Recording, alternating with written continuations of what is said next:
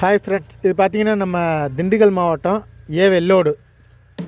நம்ம அந்த எச்சி மரத்துக்கு பக்கத்தில் இருக்க தோட்டம். 2 பேஸ் 3 பேஸ் பேனல். இது வந்து ஷார்ட்ரு வேலை செய்யலைன்னு சொல்லி நம்மளை கூப்பிட்டுருந்தாங்க.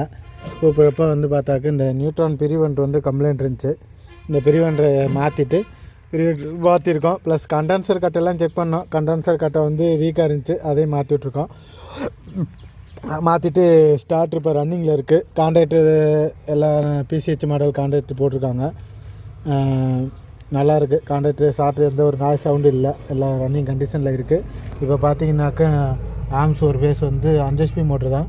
9.4 9.7